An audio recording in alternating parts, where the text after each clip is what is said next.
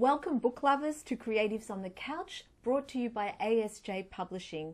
I'm your host, Christine Medafri, and today, a special treat, we're speaking to a Scout leader from the first Laverton Scout group, Colin Price. Welcome to the couch, Colin.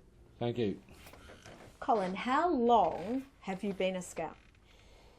I've been in as an adult for about 30 years, I think, now. As an adult? Yeah. Did you start as a Joey?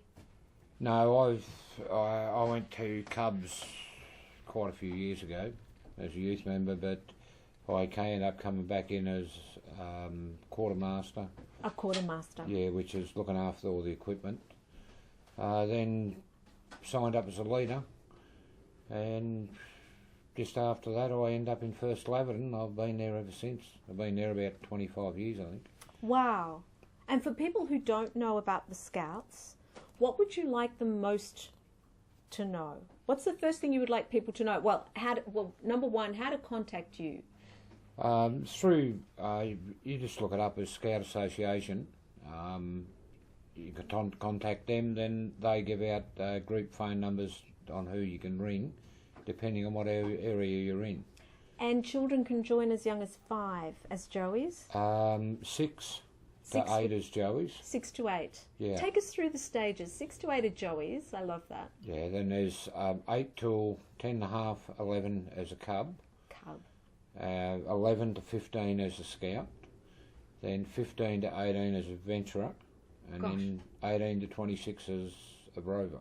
So you yourself did not go through all the stages, but some people do. Some do. They now, have a seamless career in the Scouts. Yeah. Oh, Joey's have only been going for about 14, 15 years, I think. Oh, right. So they're a new addition. Right. So, which is sort of in turn with the guides, with the gum nuts, which were the younger section. Oh. And what was the initial intention of Baden-Powell, do you think? I mean, you probably can't sum it up in one sentence, but what do you think was his motivating force? Well, Baden-Powell used to be in the Army, English Army. He was a general? I'm not sure how far up he got, but he was fairly well up, fairly well ranked, and they were using people to go out. Scouting and look around for military and purposes. Come back with information. Then when he went back to England, he decided to start up. All the kids are on the street, not doing nothing. This is going back to the early 1900s. And he thought he'd try teaching them some outdoor bush skills, as in from his learning as in the army. So really, it was an inspired idea, you know, for kids that had nothing better to do, and there were many at that time. There were many poor kids on the streets in British cities because of the industrial situation. He made it so any kid could go. Wow! So it was free. I'm not sure. Possibly was free back then. I'm not sure. But he made it so everyone could go to and be a Boy Scout and go and join in the different activities that they do through their different sections. So he was really very much ahead of his time, socially speaking, because it was a constructive thing to offer kids that might not have been getting, you know, what they needed at home. It was giving them something positive to do, and a lot of kids in English cities wouldn't have seen the countryside, would they? No, well, he got them out and taught them in the general bush how to survive, how to find things, how to get back from where you started, and also have fun while they're doing it. Yeah. Which they did, and it got a very big organisation covering quite a bit of the world. Yes. So I mean, it's how quickly did it spread? I'm not sure when it started to spread, but it got going, and it just seemed to take off. Went round the British Empire. America. What appeals to me about Scouts, and you've probably seen this in some instances, is if some children aren't getting the sort of support they need at home, or they're in difficult social circumstances, the Scouts gives them another environment in which they could flourish, in which they could get some sense of satisfaction, learning stuff, achieving stuff. Well, with the kids, they only get out of it what they want to put into it. Yeah. If they want to go along and be a social group, that's what they'll get out of it, is just making socialising. friends, yeah. But if they want to learn, they can do both. There's lots to learn. Yeah. Oh, with their badge books, they can go through, they've got levels in them, they go through them, they earn badges for the majority of what they do. See, people think that's not so important these days, for people to earn levels or badges or prizes or ranks or whatever. But they've actually found now that increases dopamine in the brain. Actually achieving something and ticking it off and working your way up a ladder, it actually increases the feel-good hormone in the brain, dopamine, so that it's actually such a positive thing for us to do, even chemically, is to go out, have a list of things to do, work our way through them. They say it's very healthy. Yeah, well, there's quite a bit they can learn. There's different things, first aid, surviving in the bush, sort of bush cooking. They, depending on their age in the section, they do a lot of their own cooking. Wow. With the Scouts, they can actually do a 3-course meal on camp with either a gas fire, barbecue, or an open fire. Really? A 3-course meal? Oh, they cook... From how young? Roast. Really? With their potato. own fire? Yeah. With their own fire? And so you're talking about, what, teenagers? Or well, you said Scouts. From 11 to 15. From 11 to 15, they can cook a proper meal with their own fire and some basic implements. Yeah, a 3-course well, in their badge meal. book, they've got to do a 2-course and a 3-course. Good Lord. So they set up what they want to do. Yeah. And well, before we go and get. Normally the leaders will go and get the supplies, what they need, and then they get on camp, and then they work out when they want to do it, and they get in and do it.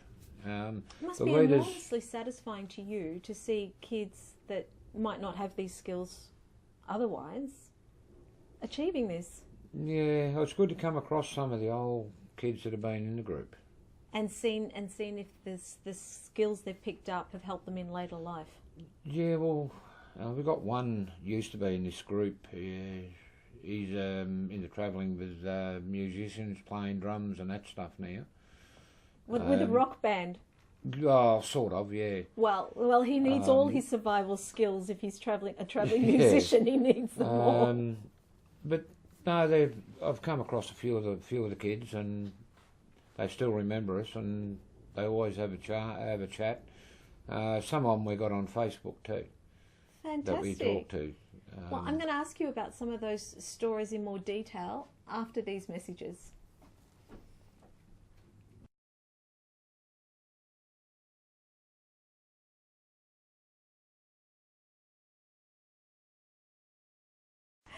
Welcome back to Creatives on the Couch. I'm speaking with Colin Price, the head scout leader of the first Laverton, who took his son along to the second Laverton when his son was how old? He would have been about 10, I think, when he went up there. And what was your motive as a father for taking your son along to Scouts? He didn't mind going, but he wouldn't behave himself. As a leader, you're restricted to what you can and can't do. So I went along, going along for a few months, then got asked to go in as a quartermaster, looking after the equipment. All right. Packing the trailer, like general maintenance on the trailer. And so you were keeping one eye on your son? Yeah. One eye on the equipment, one eye on your son? And was it a good experience for your son? Did you see that it did him some good? Did he learn a bit of discipline? Not much. Well, did he learn to cook outside? Not really. He didn't last in it long, but I'm still there. That is so funny. Yeah, I don't know why, but I am. I'm still there. So why are you still attached? You must have found it worthwhile helping kids learn. Coming across with the bigger majority of the kids, and then walking into them later on in life, I've come across a few of the old ones that have actually, they still remember us, and it goes back to scouting that they know us through. Yeah. The main of them were pretty good too. Yeah. You work out the troublemaker and you work around. There's always a way to work around them. There's always one. And you'll get them back on course.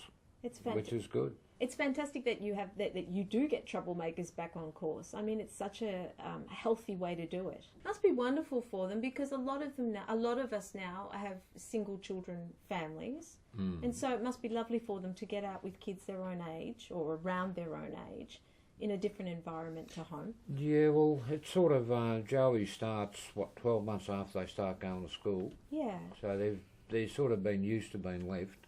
And also the thing is, at school, some kids who aren't academic or maybe have ADHD or something like that, they might not fit in at school well. So this is a different place where they might fit in a bit better, a different environment. We've got one at the moment that I think it's ADHD he's got. He's a handful. Yeah. He's not a bad kid. But I bet he'd prefer being out in the bush to being in a classroom, you see. So he's more likely to flourish in Scouts than in a classroom. Let's face it, a classroom is very boring. Well, they learn to do things for themselves. Yeah. They not rely on their parents. Yeah. Majority of them, it gets them away from the TVs. I was going to ask you about that. Is there a problem with the technology now? Yes. Getting them away from their screens. I reckon it puts the kids backwards. Right, that's mobile interesting. phones, iPads, iPods, whatever else you want to call them, whatever else there is. Well, it's got to kind of hinder their interpersonal skills. If you're always staring at a phone or a screen, it's not helpful it's not helpful in developing your interpersonal skills with someone. Yeah, well, they're normally only playing games. Yeah. Which is fun for a while, but too much can... But if you can get them away from that and get them into scouting, you'll find that quite a few of them actually enjoy it. Yeah. And they do sort of drop away. That they give up their addictions to the game. The games are less important, which is, I think, a great thing. Yeah, well, with my group, we go on camp and that the leader in charge has always got a phone. We're normally pretty close to somewhere that there is phones if needed. There's always a car right with us. But you say to the kids to leave their technology at home? They're not allowed to take it. I think that's great. I think it's great that the parents know my son or daughter, for the Girl Guides, is having a weekend technology free. I just think it's wonderful. Well, the parents agree with it. Yeah, I bet they do. But yeah, we've never had it's a good thing, teaches them, gets them away from technology, which is not a bad thing, I don't think. No, not at all. And that's why I think some people head the way they have over the last few years. Well, on that note, we'll take a break and we'll be back with you after these messages.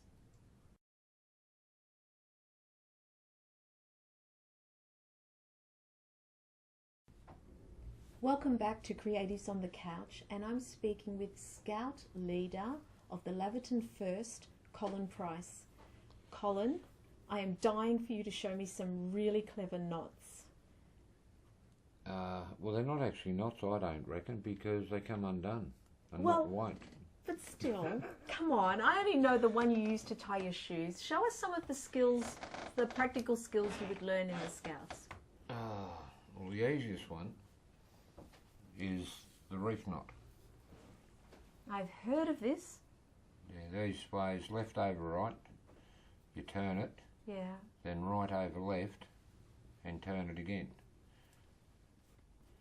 And it comes out flat knot, but it will slide. Yeah. So it's got some give in it, but it won't come undone. No. Wow. They actually, what we teach the kids with that one is they use it for a St John's ambulance sling. Oh, okay. So because it's easily undone. Well, it's a flat knot, and it sits in here, and it doesn't cut into them when they've got their arm in a sling with the weight of their arm. Right. So that would be a very important part of first aid. Yeah, well, it comes into that too. Yeah. Wow. But it's simple knot. Well, I know how to do a reef knot now. Yeah, well, that's a very easy one. Okay, show us something more advanced. Another one we do teach them. Hope I get it right. Now you do need a smaller piece of string and a larger rope for that. This particular one, yeah, I think it's about the one of the only one you do. Right. They call it a sheep bend, and what it's for is joining two different thicknesses of rope. Oh, okay. Right. Now you can put the pressure on, I hope it don't slip, and it won't come undone. That's with two different thicknesses. So that's if you have to rescue someone and you have one type of rope and you only have two different bits of rope. That's you can do to join ropes. Yeah. Now another one we do, you say about rescue, what they do with, if someone's in the water drowning, you want to throw them a rope, if they know how to do the bowline, they can do it themselves, or it can be done with whoever throws the rope to them. You just put a loop in there. Right. And you bring that up. Right. Around behind that one. Yeah. And back down in there. And pull it. And it goes tight. And there's something to hold on to. And they can actually do it around themselves. They can do it around their waist. Oh, okay. Like that, and then you just grab that and pull them in. So that's what helicopters send down. Helicopters who rescue people in floods, they send down the ropes. Yeah. And I've always wondered what they're doing with it around their waist. Yeah. But do they tell them, because obviously most of these people are drowning because they're not scouts, they tell them what to do, and they can actually learn that on the spur of the moment in the water. It's a fairly easy knot, fairly simple knot. Yeah. It doesn't, it's not too hard. And that will hold them and pull them up into a helicopter. Now, the thing with that one is that loop won't get any bigger. Oh, right. Because it won't slip. It won't give it all. No. So Amazing. you go that way. What's the name of that? That bowline. Bowline. Yeah. The bowline. Yeah, it's a very simple one. But it's incredibly effective. And these skills would have been known throughout the army, would they? Oh, possibly. I'm not sure. I'd say so. I mean, Baden-Powell didn't come up with. Where did the art of sailors? Of course, it would have been sailors. It would have. All these knots probably originated with sailors, I'd say. Well, I think he's mixed up with the different parts of the armed forces. Yeah, I'd say. Anyway. Yeah, you'd have to think that sailors would have invented all the best knots, wouldn't you? Yeah. Another one, which is quite easy, when they showed me when I first went into Scouts, they said, can I do a clove hitch? And I said no. But when I found out what the clove hitch was, it's got water in it. That one there is empty. What it actually is, you put it around like that, bring that back up there,